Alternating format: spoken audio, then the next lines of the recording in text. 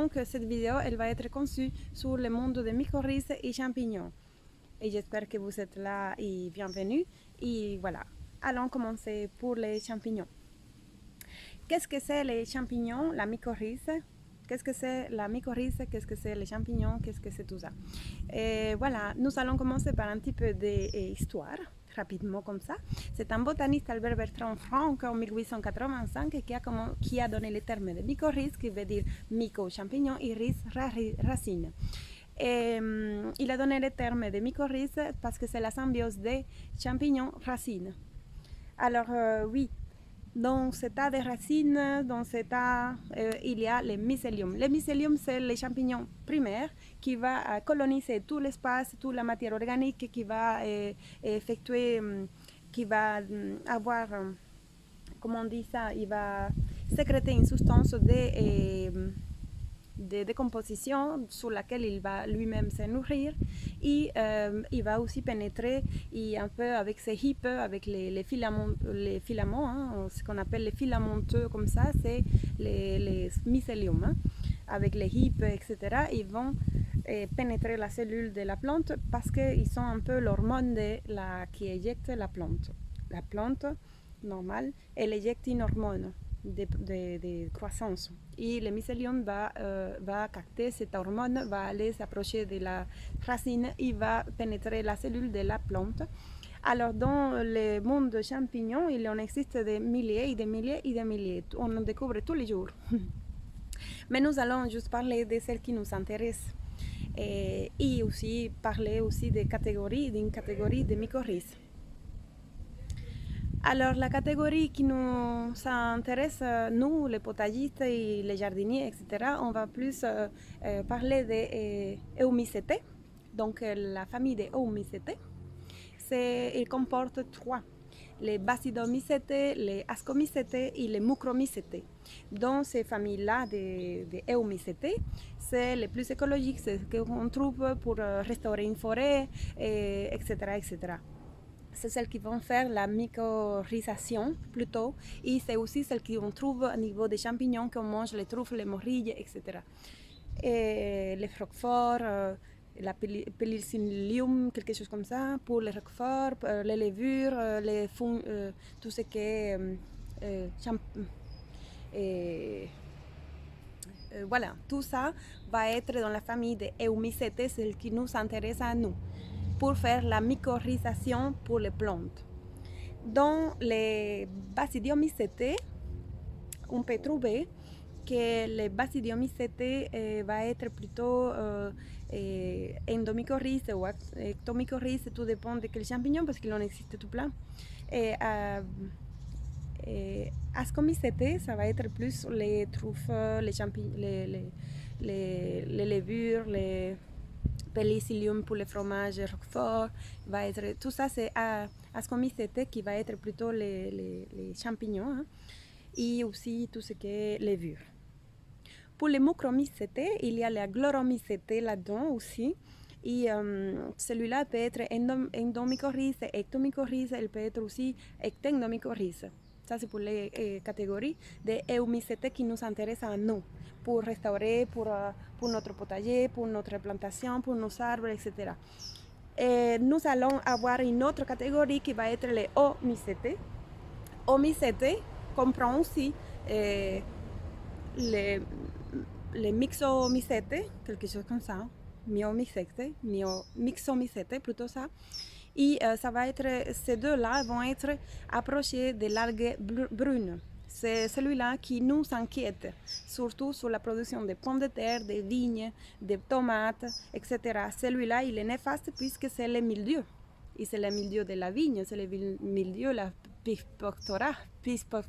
Je prononce très mal, je suis désolée pour tous. C'est comme ça.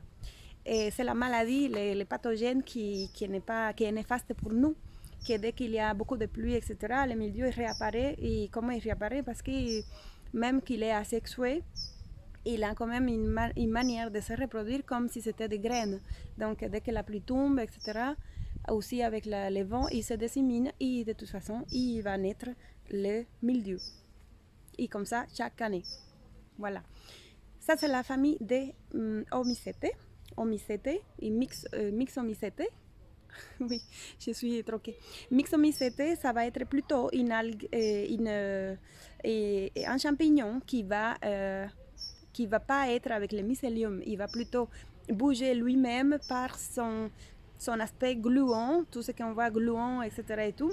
Ça va, il n'a pas besoin de la mycélium. Il va pouvoir marcher ou se déplacer avec ce tas de gluant. C'est très gluant et l'aspect c'est plutôt brun comme le mildiou. Voilà, ça c'est le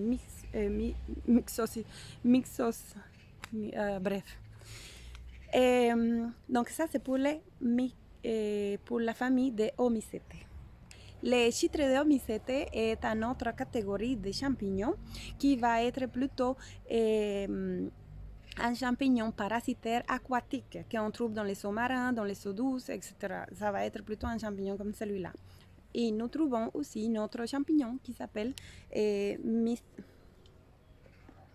Mycetosaire. Ça va être un champignon qui s'appelle Mycetosaire. Et celui-là va être proche de la famille des Myxomycete. Donc Myxotosaire va être dans la famille plus ou moins Myxomycete. Et pourquoi? Parce que c'est un champignon qui se multiplie cellulairement beaucoup. Donc ces cellules vont se multiplier en quantité. Il va être plutôt... Voilà, ça va être plus taches brunes de la famille des algues brunes, de la famille des Omycete, plutôt comme ça, au Myxomycete. Ça va être plus ou moins proche, puisque Omycete, cette famille, cette variété de Omycete, c'est des champignons qui ressemblent à que ce sont des taches noires qui ressemblent à des algues brunes. Et ce sont des hétérocontes ou unicontes, on peut dire ça. Et voilà, elles sont dépourvues de mycélium. Ils n'ont pas besoin de mycélium pour se répandre, non? Pour se multiplier, se reproduire et se fructifier. Enfin, on peut dire comme ça. Quoique ils ne se reproduisent pas. Quelle est la différence entre ectomycorrhize, endomycorrhize et ectonomycorrhize? Il y a une différence. Ectomycorrhize, elle va être à l'extérieur, il va former un manchon autour de l'arbre, des racines d'icelles avec le mycélium, etc. Mais va juste rester dans la cellule. Donc, il va pénétrer la cellule de l'arbre. Ils vont pouvoir avoir une symbiose de carbone, hydrate de carbone, du sucre, azote. Et ça, c'est la plante qui les fournit. Mais eux, ils vont pouvoir les fournir tout ce qui est matière, tout ce qui est nutritif. Non? Du soufre, du zinc, du cuivre, tout ce qui est minéraux, à l'aide des micro-organismes qui ont déjà fait le travail aussi, les mycélium aussi, puisqu'il a décomposé la matière organique, ça c'est devenu et les vers de terre, bien sûr. Tout ça va être disponible, les champignons vont les fournir tout ça à la plante. Ça, c'est pour les ectomycorrhizes. Alors, les endomycorrhizes, ça va être endo, le mot le dit, elle rentre, elle pénètre les cortex de la plante, la cellule et plutôt les cortex de la plante. Il va avoir aussi, avec l'endomycorrhize, cette symbiose, ces symbioses de racines et champignons entre l'arbre et la racine. Alors, nous avons aussi les ectendomycorrhizes. Les ectendomycorrhizes, elles portent les deux, elles font les deux choses. Elle rentre dans la cellule, elle rentre dans la cortèce, elle peut former un manchon autour de l'arbre, elle peut faire une association avec l'arbre, comme elle peut rester aussi au dehors de l'arbre. Enfin bref, c'est ectendomycorrhize, elle a la capacité de faire les deux. Ça, c'est pour l'ectendomycorrhize. Et nous avons aussi des arbres, par exemple, qui font symbiose ou association avec des mycorrhizes spécialisées. Les orchidées vont faire orchidoïdes. C'est la mycorrhize orchidoïde spécialisée dans les orchidées. Et il y a d'autres aussi, d'autres variétés d'arbustes qui vont être là-dedans. Alors, je n'ai pas dit encore, mais c'est 50 000 endomycorrhizes sont associées à 250 000 variétés végétales et s'associent. Donc presque 250 000 sont déjà en symbiose avec une partenariat avec des endomycorrhizes. Ce qu'on trouve après, c'est 10% plus ou moins des ectendomycorrhizes. Et les autres, ça va être tous les autres champignons, comme ectomycorrhize ou ectendomycorrhize, etc. Mais ce qu'on trouve, c'est ectendomycorrhize, endomycorrhize qui va être 80% pour 250 000 plantes, des végétaux, d'espèces végétales qui vont s'associer, ectomycorrhize qui va avoir 10% et ectendomycorrhize qui va avoir une autre aussi façon. Alors nous avons des arbres qui n'ont pas besoin de ces associations parce qu'ils trouvent eux-mêmes leurs minéraux. Donc, ils n'ont pas besoin d'associations. Donc, qu'est-ce qu'ils vont faire? Ils vont imiter les mycéliums, les réseaux de mycélium, des hippes. Et tous ces petits filamenteux, filamenteux, etc., va faire ce qu'on appelle les mycéliums. Avec ces hippes, ils vont se reproduire. Vous pouvez regarder des fois des champignons en automne, etc., parce que c'est là qu'il y a la sexualité. Dans les hippes des mycélium, avec les champignons, etc., les graines des champignons qui, avec les sporas, vont se disséminer, ils vont pouvoir faire des champignons qu'on voit avec les chapeaux, avec les petits pieds, etc. Et ectendomycorrhize, bon, bref. Et ça, ce sont les arbres qui n'ont pas besoin de cette association de mycorrhizes parce qu'ils ont perdu ça, mais ils ont imité les mycéliums, ils ont imité tout un réseau de racines et donc ils vont chercher eux-mêmes leur eau, leurs nutriments et ils n'en ont pas besoin de l'association mycorrhizienne. Ça, c'est pour ces arbres-là. Nous avons aussi des légumes, des légumineuses, des légumes, une variété de légumes qui est plutôt toute la famille des choux, toute la famille des épinards, toute la famille des oignons, radis, betteraves, etc. Eux, ils ont perdu depuis longtemps leur association avec leurs champignons. Alors, il y a des spécialisations. Aujourd'hui, ils sont en train de regarder comment associer la mycorrhize avec les oignons, etc. Il y a des études là-dedans. Et je ne rentre pas parce que je ne suis pas mycologue, je ne suis pas champiculturée, culture, et je ne fais pas l'agronomie, je n'ai jamais fait tout ça. Et je vais juste, voilà, pour semer quelques carottes, quelques oignons et voilà, à la base je l'ai, mais ça me suffit. Ça me suffit énormément pour semer dans mon potager, de respecter la nature et savoir qu'il faut, voilà, que la nature est là, que sous mes pieds il y a des millions de choses qui se font naturellement, non? J'ai pas besoin d'aller à l'école pour ça. Après, c'est pas mon métier.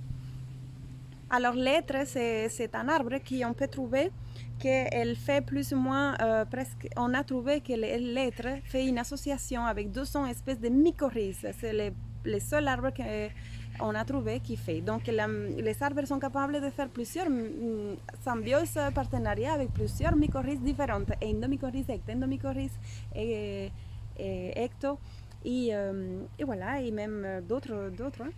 Alors, parlons un petit peu quand il y a un déséquilibre des mycorrhizes, racines, champignons. Quand il y a ce déséquilibre, alors il intervient ce qu'on appelle les parasites qui viennent se mettre au milieu entre les champignons et la racine de l'arbre. Il vient un champignon, un parasite, qui va manger ou prendre ou sucer la nourriture d'un des deux partenariats. Et c'est là le déséquilibre et c'est là les parasites. C'est là dont la plante ou les champignons meurent ou l'arbre meurt aussi. Alors, comment elles se reproduisent, les champignons, la mycorrhize, le mycélium aussi, voilà, comment elles se reproduisent? Ils sont des hippes. Pas tous les champignons, ils sont des hippes, mais il y en a une gamme de champignons qui se reproduisent grâce à des hippes et aussi que c'est dans les hippes qu'il y a la sexualité mâle ou femelle et c'est là qu'ils vont se féconder et donc on peut avoir avec les sporas, avec la dissémination, avec les vents, avec la pluie, etc. Ils vont pouvoir se disséminer et comme ça on peut voir aussi quand ils naissent un chapeau, il y a, ça c'est la fructification. Quand on voit un champignon, c'est la fructification, ça veut dire que c'est les fruits du champignon. Là, on peut les cueillir s'il est comestible et s'il n'est pas comestible, bon, tant pis. Merci beaucoup pour la vidéo, j'espère que je suis assez rapide. Je ne sais pas si vous avez entendu, bien écouté, etc. En tout cas, je ne vais pas faire long, mais disons que j'ai touché un peu les sujets, hein, puisque c'est le monde des champignons. Et on ne connaît pas encore tous parce que tous les jours, il y a des champignons tous les jours qu'on trouve. Et c'est tellement difficile de dire comment se reproduit parce que ce n'est pas encore étudié à fond, ce n'est pas encore découvert. Mais en tout cas, ils ont leur façon de se reproduire, et même ceux qui ne sont pas sexués, ils peuvent se reproduire tout de même, etc. Le mycélium, par exemple, c'est celui-là qui va nourrir les champignons. Ça va être la racine du champignon même. Celle qu'on voit avec les petits chapeaux, par exemple, on fait des champignons blancs de Paris que vous voyez là. Et ben, le mycélium va être la racine du petit champignon, puisque avec les hippes, la pluie, l'humidité, il y a eu une fécondation, il y a eu la fructification aussi, et c'est celui-là qu'on va manger, qu'on va récolter et qu'on va manger. Mais le mycélium va être les premiers champignons qui va dégager, qui va chercher, qui va explorer, qui va pénétrer dans la cellule, etc. Le mycélium est très important.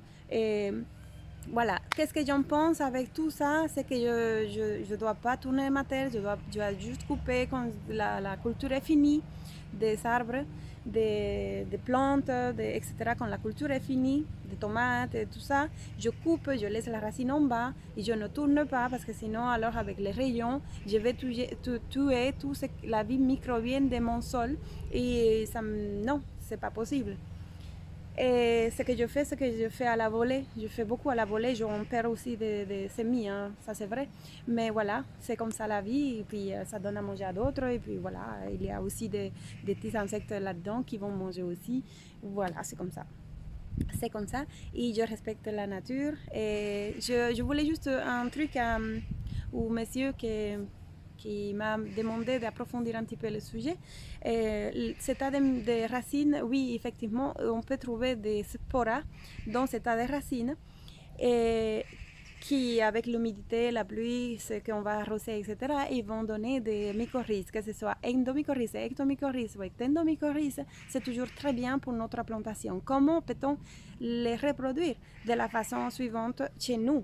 Puisque quand on va au laboratoire, on va acheter ce que les petits sachets et là, il va y avoir des sporas, disons, plus spécifiques, ectendo, ecto, endo.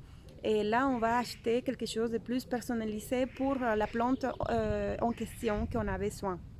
Ça, c'est en laboratoire, ils vont les enlever, enfin, ils vont prendre les sporas.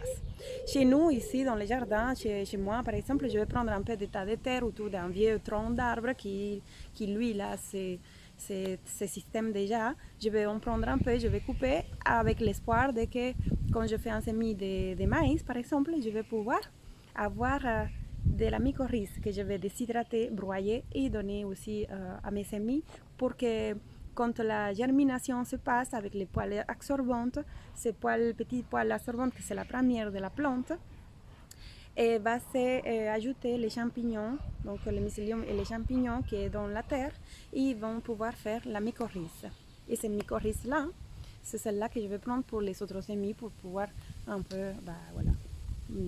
J'espère que vous avez aimé la vidéo. Un grand merci à tous et on se retrouve à la prochaine vidéo. Donc n'oubliez pas, retenez, c'est la famille de Eumycete, c'est la famille qui nous intéresse à nous pour notre potager. Pour le reste, c'est pas grave. Mais Eumycete, c'est celles qui font, celles que nous on a besoin, mycorhiziens et celles qu'on mange aussi. À bientôt les amis pour la prochaine vidéo. J'espère que vous avez aimé. Bye.